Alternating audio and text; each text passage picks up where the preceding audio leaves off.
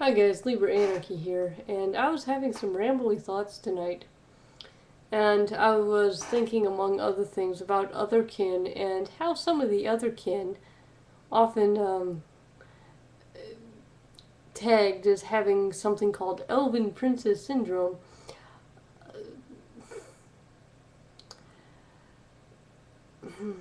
How do I say this? Well, they, as I see it, waste a lot of time, and they waste the opportunity to be themselves, which is very sad. Now, in real life, a great many people waste the opportunity to be themselves. I think of each individual as the universe experiencing itself. Each individual is something of an emanation of the universe existing within itself. And that's pretty amazing. And you don't even have to believe in any sort of spiritual reality to latch on to this concept. It's pretty amazing as I see it. And the probabilities and the experiences that all come together to make you suggest to me that you, whoever you are a pretty amazing person. Even if I totally don't agree with your value system, and maybe I think that you should just, take a long walk off a short pier, you're still pretty amazing. And even without really unusual things like otherkin and Therians and vampires, people, not even by religion, I mean, yes, by religions, but even without religions, people are often handed a self-concept and unconsciously accept that self-concept that is handed to them, and this could be by companies, governments, parents, friends, and yes, of course, religions.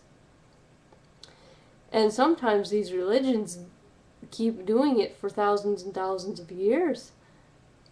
Now, in a lot of cases, I see otherkin, and this isn't everybody, of course not everybody, but I see a lot of individuals within this community.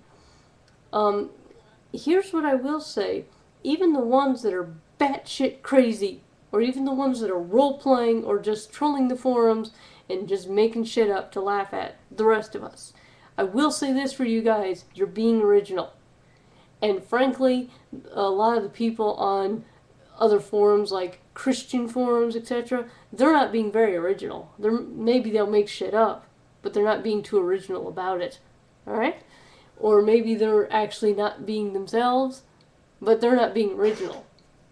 Having said that, a great many otherkin, as I see it, are attaching, they pick a name that sounds really neat. And again, creativity. It's a good thing. I mean, I'd rather sit around and create my own myth and interpret my own reality than just assume symbols that have been handed to me. Although I do have a lot of symbols that have been handed to me in here, but that's a whole other video. Now, instead of taking stories that have just been handed to me, especially stories like Original Sin, fuck that. That makes no sense. I'd rather make my own stories. Now, I see a lot of people in the otherkin community making up a name that sounds really neat. And they make up a past that sounds either very, very awesome or very, very awful or everything. And they spend so much time in doing this.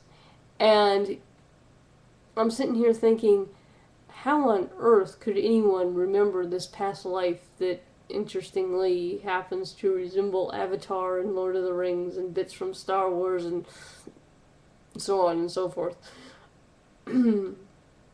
and then to proceed to give other people advice, because after all, as you said, you're some kind of guru who's been talking to your spirit guides for 20 years or something.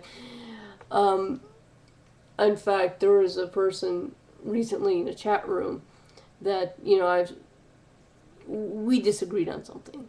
And I said, well, I've been awakened and in and out of the Otherkin community for roughly 10 years. And she's like, well, I've been doing this longer. Maybe she has, that's fine. Doesn't mean she's more qualified or wiser. Nor does it mean that she's less qualified or dumber. But, yeah, there are people that, a great many people that just say a whole bunch of things about themselves. And that's fine. It's your time. Use it how you will. But I'm wondering, why would you waste the unique opportunity that you have to be you? And I'm not addressing all otherkin, mind you, because there are a great many otherkin, and this is why I'm bringing back the Otherkin podcast. There are a great many otherkin who are thoughtful and who maybe they believe they remember past life memories, but they have a reason for interpreting these things as past lives. Maybe not a reason people will think is a good reason, but they have the reasons. They've spent time reflecting. They've spent time trying to connect dots. Even if the dots may not even exist, they've spent time with them. They've, real time, not just like, well, I've been here for 6 years or something, so that means whatever. Have you made good use of that time? There are a great many otherkin who are open to doubt and who do doubt and who don't assume that all criticism is an insult or is meant as an insult.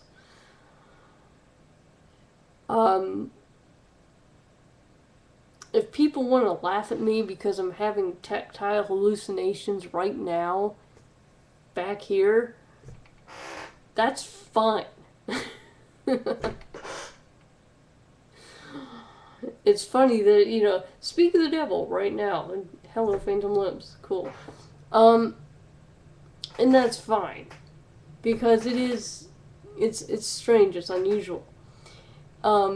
Now, there are a great many people who laugh at the otherkin who believe in some pretty strange things themselves, except the strange, unproven things just happen to be a little bit more conventional. Oh, I don't know, Jesus.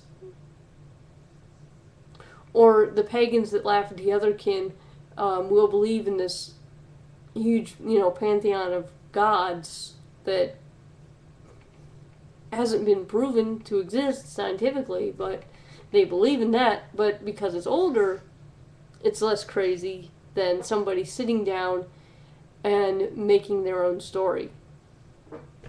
Or it's less crazy than somebody having, experiencing phantom limbs. Or somebody like myself having a hallucination, like a recent visual hallucination, I shit you not, and learning from that and reflecting upon it and taking lessons actually of compassion, not lessons of, oh, this ruler exists from on high or something, or oh, there are choirs of angels dancing around, or whatever. The lessons that I've taken from it have been about judging other people because of things that I see in myself. And if I'm rejecting somebody else, it is often because it's something that I see in myself. Lessons of compassion. And lessons of, and I'm not saying not to defend yourself, I'm not advocating pacifism, but if you're going to lash out and we all have the capacity to suffer, so if you're going to lash out and try to inflict more suffering, really you're just a part of the universe inflicting suffering on another part of the universe that also has the capacity for suffering. So it's a little like the universe chewing on its own feet or something. You're just hurting another part of the universe. In the end, you're only hurting yourself.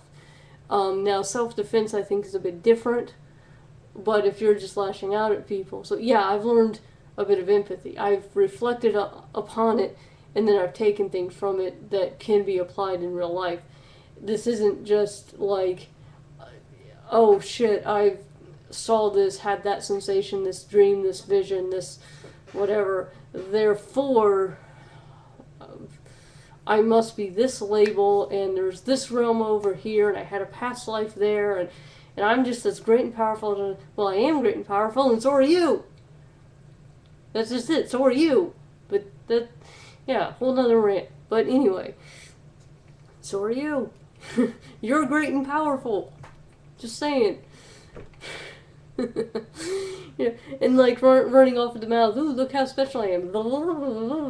And oh, but if you don't believe me, I'm gonna be insulted. Boy, am I going to get righteously indignant. Derp. Come on, man. So, you know, why dump all your time and energy into that? Into being attached to an identity. And I do understand, yes, as I speak, I'm still attached to the identity Audra, and yes, I understand, or in this case, LiberAnarchy, and I get that there is practical usefulness, for having a name and an identity and saying, I'm sitting here in this chair, as opposed to just, I'm one with everything or something. Yeah, okay, there's practical usefulness for that. I'm not saying that we should all just, you know, join with the collective. But being attached to and you can be attached to an identity that you create for yourself. I would like to think of a person who has improved, not improved as far as anger issues, and not getting nearly as angry as I did. And when I do get angry, I cope with it a lot better than I used to. I would like to think that I've made progress, and I'd like to identify as a person who's made progress. But even then, being too attached to that identity can cause problems. It's like, how dare you suggest that I'm just some, you know, angry, whatever. You get my point. And so with other kin, you have people who are attached to these identities, created or maybe real.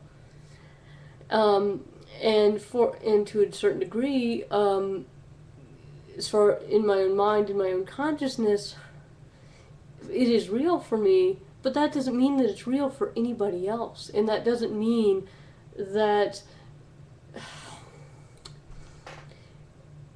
it may not even have any real life applications.